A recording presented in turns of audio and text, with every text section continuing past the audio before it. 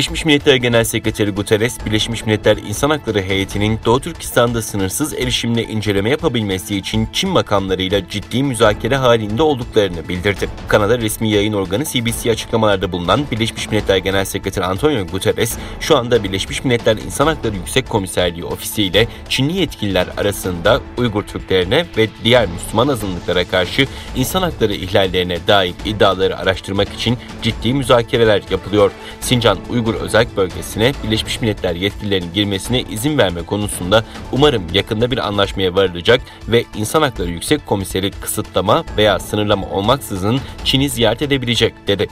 Guterres, bizim için ziyaretin kurumun istediği her şeye sınırsız erişimin sağlandığı bir misyon olması önemli. Ziyaretin bu şekilde olmasını istiyoruz, diye konuştu.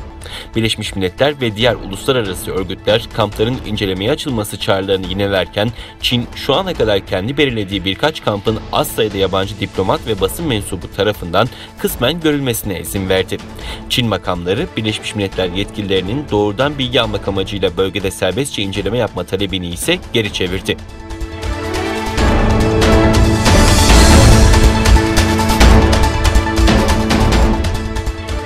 Pekin yönetiminin baskısı nedeniyle ülkeden ayrılmak zorunda kalan Uygur Türkleri aile üyelerine ulaşamamanın sıkıntısını yaşıyor ve onlara kavuşacakları günü bekliyor.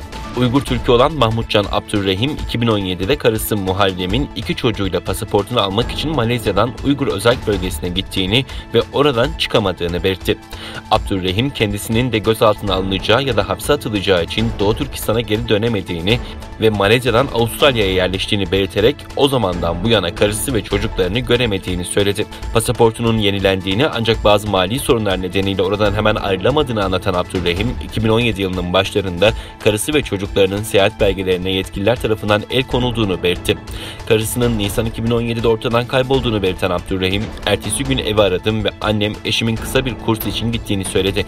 O zaman gözaltına alındığını anladım ifadesini kullandı. Eşinin nerede olduğunun bilinmediğini ifade eden Abdurrahim, Çin hükümetinin Doğu Türkistan'daki azınlık grupları sindirmenin ve kontrol etmenin bir yolu olarak çocuklarıyla ailelerini birbirinden ayırdığına inandığını söyledi. Abdurrahim böyle büyük bir acıyı hak etmediklerini vurguladı.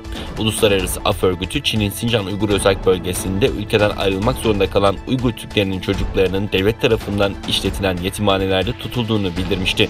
CNN muhabirinin ulaştığı Sincan'ın Kaşgar kentinde büyük babasının evinde yaşayan Abdurrahim'in 10 yaşındaki kızı Muhlise babasıyla 2017'den bu yana görüşemediğini ve onu çok özlediğini belirtti.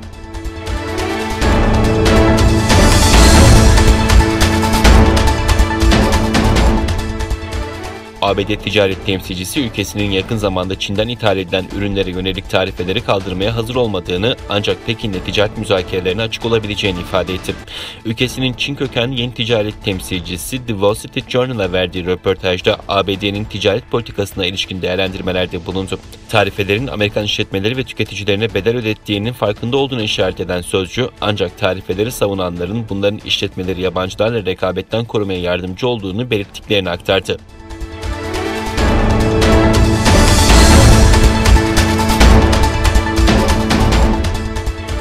Çin'e ait 2 sahil güvenlik gemisi Doğu Çin denizindeki tartışmalı Senkaku adaları etrafında Japonya karasularına girdi. Ülkenin güneybatısındaki Okinawa eyaletinin Naha ilçesinde bulunan 11. Bölge Sahil Güvenlik Karargahı'na göre Çin'e ait gemiler ulusal karasuları ihlal etti. Tartışmalı Senkaku adaları etrafında yerel saatte 4 civarında dolaşan gemiler 4.20 gibi Minami Kojima adasının 20 kilometre güneyine kadar yaklaştı. Japonya sahil güvenliği Çin'e ait gemilere bölgeyi terk etmeleri uyarısı yaptı. Japonya'nın kamu yayın kuruluşuna göre Çin'e ait resmi gemiler Senkaku etrafında bu yıl şimdiye kadar 11 kez Japonya karasularına girdi.